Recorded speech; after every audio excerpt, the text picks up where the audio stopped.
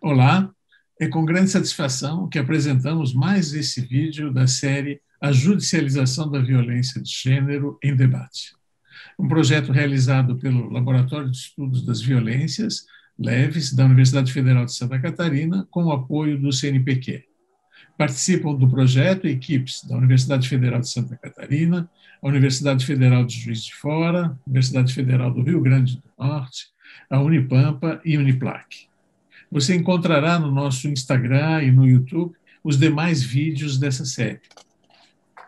Hoje, eu, Teófilos Rifiotes, coordenador do laboratório, e Fernanda Cardoso, pesquisadora do laboratório, entrevistamos Patrícia Marcondes, pesquisadora também do LEVES e doutoranda do Programa de Pós-Graduação em Antropologia Social da UFSC, e Fernanda Reiser, pesquisadora do LEVES e graduanda de Ciências Sociais.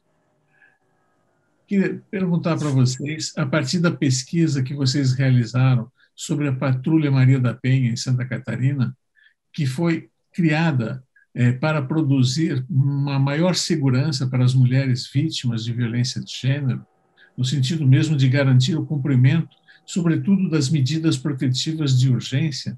Eu queria que vocês nos contassem quais são os principais resultados da pesquisa de vocês.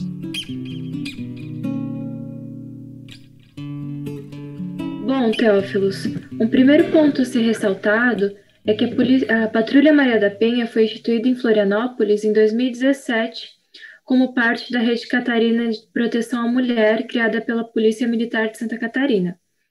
Ela opera através de visitas regulares às mulheres contempladas com medidas protetivas de urgência.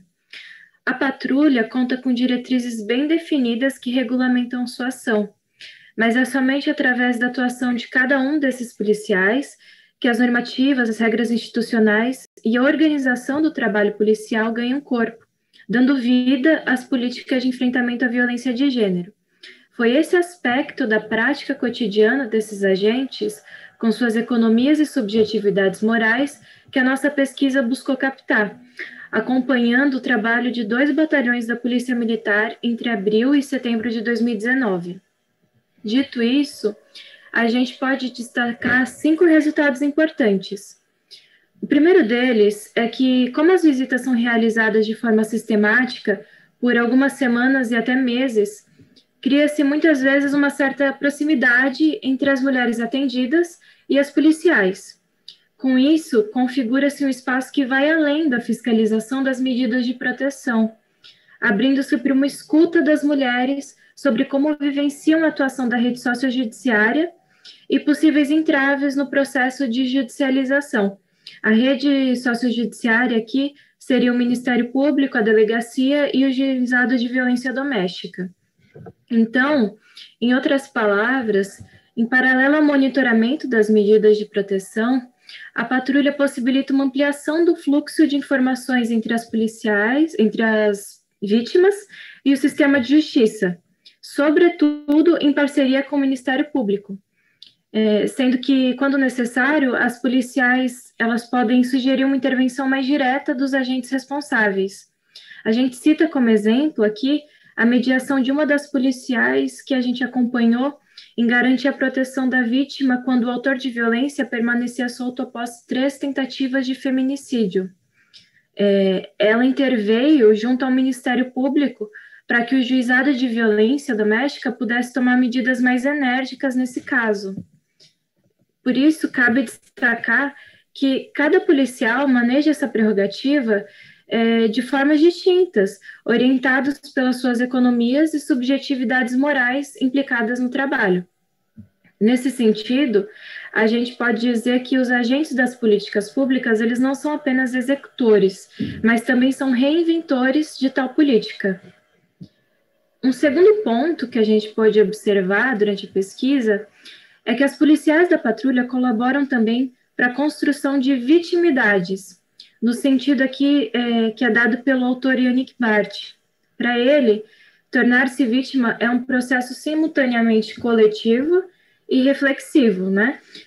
Portanto, requerendo atores diversos, No caso da Patrulha Maria da Penha, a gente verificou que as agentes fazem avaliações periódicas sobre as condições das mulheres no momento que elas precisam decidir por intensificar as visitas em um caso mais grave ou interromper as visitas em um caso mais estabilizado, né? A gente observou também que a construção das vitimidades se dá quando as policiais atuam além do previsto institucionalmente, providenciam acesso, por exemplo, a cestas básicas, avaliando que se tratam, nesse caso, de mulheres com maior vulnerabilidade social. A gente também, é possível afirmar também que os diálogos travados nas visitas também se configuram como espaço de negociação da condição de vitimidades, com as policiais, as vítimas e nós, pesquisadoras, pensando sobre essas colocações a partir da intervenção. Esse aspecto foi observado durante uma intervenção em que as ponderações dos policiais sobre as mulheres não terem culpa, aqui entre aspas, né, pela violência, se contrapõem a um sentido religioso dado pela vítima ao contexto adverso, não como culpa, mas como um karma, segundo ela, que deveria ser vivido e superado. Com isso, a gente quer evidenciar que há uma coexistência de perspectivas distintas sobre as situações com que a gente se deparou em campo, né? Então, um terceiro ponto também que os resultados nos permitiram analisar é a diversidade da patrulha, sendo que majoritariamente foram causadas por ex-parceiros, mas também por enteados, cunhados, e teve um caso de agressão conjunta por filho e genro. Dentre as situações descritas por elas, a gente encontrou cárcere privado, contaminação proposital por HIV, cyberbullying, incêndio da residência, destruição de bens como carros, motos, móveis, ameaças de morte e tentativa de feminicídio, por exemplo, em acidentes automobilísticos provocados. Das 289 mulheres contempladas com as medidas protetivas no município de Florianópolis durante a nossa pesquisa, a gente visitou 37, mediante consentimento prévio, né? E pudemos constatar uma amplitude no perfil socioeconômico, com idades entre 18 e 77 anos. A gente teve a oportunidade de conhecer vendedoras, cozinheiras, professoras, empresárias, técnicas universitárias, servidoras universitárias, aliás, aposentadas e do lar, sendo que uma delas era estrangeira e a grande maioria delas tinha filho. Então, essa amplitude que revela uma articulação entre gênero, geração e classe social, nos permite mostrar que as experiências das mulheres vítimas de violência de gênero são diversas, assim como as expectativas sobre a intervenção do Estado também são. Por exemplo, poucas delas conseguem acessar a defensoria pública ou com os que acompanham o processo. Algumas delas optam pelo pedido de medida protetiva sem o registro do boletim de ocorrência, e muitas delas gostariam de contar com estratégias de resolução do conflito sem a necessidade da judicialização. E isso confirma alguns resultados de pesquisas anteriores nessa área, né? Então, a gente ressalta a importância de evitar generalizações apressadas em estudos sobre a violência de gênero, que não levem em conta o cruzamento entre esses marcadores sociais da diferença. Um quarto ponto também que a gente coloca aqui é que foi possível observar que a maioria das mulheres atendidas eram mães e guardiãs de seus filhos após a separação conjugal. Desse modo, as visitas aos filhos muitas vezes se configuravam em eventuais encontros entre o casal, e o suposto descumprimento da medida era de difícil identificação para os policiais, né? Em alguns casos, por exemplo, a percepção da vítima era que o convívio com os filhos era utilizado pelo agressor como uma mera justificativa para uma reaproximação, seja na residência da família, na escola dos filhos, ou até mesmo no ambiente de trabalho, né? continuando a apresentação dos resultados, eu acho que um quinto ponto que a gente gostaria de elencar se refere ao fato de que, apesar das contribuições oferecidas pela patrulha no enfrentamento à violência de gênero, a patrulha ainda ocupa um lugar deslegitimado perante a corporação policial, como um trabalho, se não de segunda classe, pelo menos com menor prioridade no quadro da polícia militar, né? Isso é algo que fica muito presente. Vários policiais da patrulha compartilham desse sentimento de que a sua atuação é inadequadamente caracterizada como meras visitas, né, entre aspas, como passeios e como atendimentos de rotina, né, em detrimento de tarefas que seriam mais tradicionais, né, da polícia, como a realização de rondas, apreensão de drogas, por exemplo, né.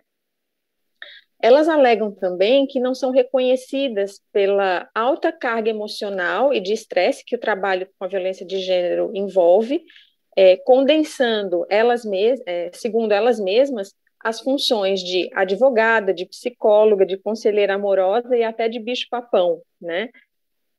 Então, em uma das visitas, a gente acompanha a tomada de decisão acerca de uma possível prisão em flagrante, né, por descumprimento da medida, decisão essa que envolveu uma complexa e intricada negociação em loco que ocorre entre a patrulha, o Ministério Público e a vítima, despertando a preocupação da policial em relação à segurança da mulher atendida, né? Ainda nesse sentido, né, desse lugar que a patrulha ocupa perante a corporação, as condições de trabalho também foram alvo de reflexão por parte das policiais durante o trabalho de campo, né?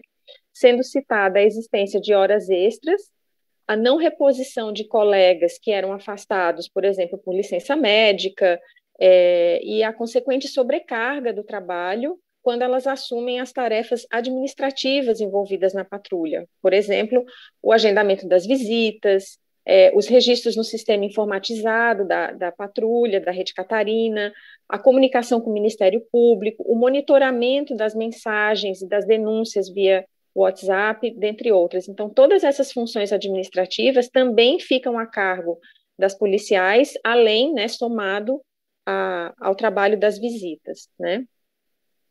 Em termos institucionais, essa percepção de que o trabalho da patrulha não é priorizado foi observada quando a viatura, né, uma das viaturas que servia aquele batalhão, foi enviada ao concerto, interrompendo os atendimentos durante algumas semanas.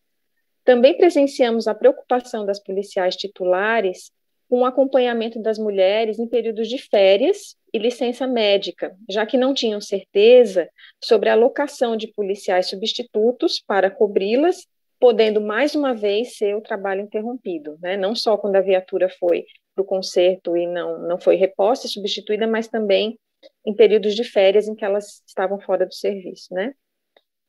Em alguns casos, as visitas foram realizadas por uma única policial, né, quando existe nas diretrizes a perspectiva de ser uma dupla de policiais, né, então a gente observou em alguns casos que as visitas foram feitas por uma única policial, acompanhada pela pesquisadora, né, na ausência de policiais que cumprissem o papel de motorista e também de retaguarda, né. Cabe destacar que cada batalhão disponibiliza apenas 2 policiais para atuarem na patrulha, independente da quantidade de medidas protetivas em andamento naquele território, né? Então, o número de policiais é sempre fixo, independente do número de medidas que estão em vigor naquele território, né?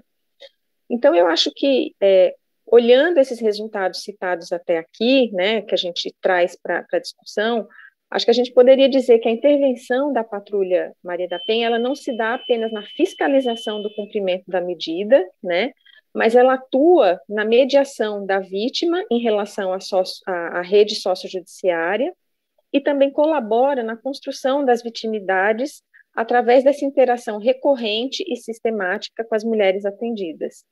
Todavia, eu acho que é possível dizer, né, que o trabalho não se restringe à execução de normas institucionais por esses agentes do Estado, mas é um trabalho atravessado por negociações constantes com as vítimas, as quais, com seus perfis diversos e múltiplas expectativas, também contribuem para a produção das práticas policiais, né? Uma via de mão dupla aí também, né?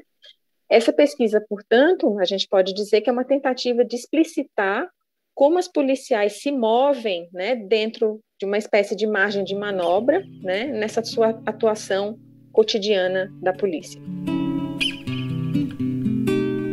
Bom, Patrícia e Fernanda, o texto traz a classe para a discussão do material de campo, né, levantado. Através desse recorte ou desse aspecto, de um lado vocês indicam diferentes percepções, sentidos e demandas entre as mulheres. E de outro, como uma grande contribuição que vocês trazem para o campo de estudos, também diferentes entendimentos e práticas de que as policiais lançam mão, né, sendo que elas se guiam por sensibilidades morais, né, e de que elas compartilham. Então, eu gostaria que vocês nos falassem um pouco mais a respeito desse ponto. Obrigada pela pergunta, Fernanda. Eu acho que como a gente tentou reunir, né, os dados nessa resposta inicial, essa pluralidade dos perfis etários, dos perfis socioeconômicos, nos permite mostrar que as experiências das mulheres dentro dessa rede de enfrentamento, né, a violência de gênero, elas são diversas, né, e essas expectativas delas sobre a intervenção do Estado também são, né. Então, como a gente falou, a gente acompanhou casos de mulheres que contaram com a intervenção de advogados particulares, outras que contaram com assessoramento da Defensoria Pública e outras que não tiveram nenhuma orientação jurídica durante o processo, né? Então, talvez esse último caso das mulheres que não tiveram nenhuma orientação jurídica ilustre uma dessas diferenciações na intervenção da patrulha, quando a patrulha tenta funcionar como um braço do Estado que tenta compensar essa falta de orientação jurídica, né, e levar e responder dúvidas sobre direitos, né, especialmente no âmbito do direito da família, né, mas não só do direito da família. Por exemplo, a gente observa dúvidas sobre direito criminal, sobre penas, sobre, né, o sistema aberto, enfim, né. Então, a patrulha tenta sanar um pouco essas dúvidas que as mulheres trazem, né, pela falta desse assessoramento da defensoria, né. Só que um outro revés que a gente observa é que muitas vezes elas podem ir além das suas atribuições, né, e gerar ruídos com outras esferas do sistema sociojudiciário, como a gente observou em um caso em que o Ministério Público acaba questionando a intervenção das policiais como, né, indo além das suas competências, né. Então, eu acho que esse seria um ponto aí de diferenciação. Uma outra diferenciação, ela pode ser pensada no que tange as mulheres com uma maior vulnerabilidade socioeconômica, né, sendo possível observar esse movimento das policiais da patrulha em tentar suprir também essas necessidades com algumas iniciativas pontuais, né, como é o caso da arrecadação das cestas básicas, em alguns momentos também a arrecadação de brinquedos, né, para as crianças, para os filhos e filhas dessas mulheres atendidas, e de redistribuir, né, distribuir para essas famílias esses donativos, né. Então, eu acho que, em suma, esses são dois exemplos que ilustram como a patrulha tenta suprir um pouco essas lacunas, né, seja com orientação jurídica, para quem não consegue acessar a defensoria, ou com o fornecimento de benefícios e donativos para as famílias que são avaliadas como estando em maior vulnerabilidade.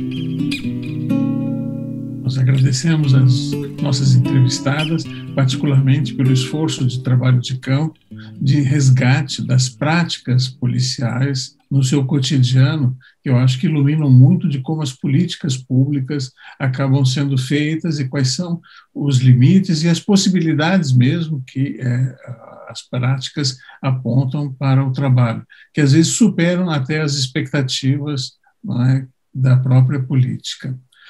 Queria convidar também as pessoas que nos assistiram aqui, que visitem o site do Leves para conhecer os resultados do projeto. Em breve nós colocaremos os livros, 2 livros que estamos organizando com esses resultados. No final do vídeo você encontrará as indicações necessárias para acessar os demais vídeos e também esse material publicado. Muito obrigado pela sua participação, pela sua atenção e até uma próxima.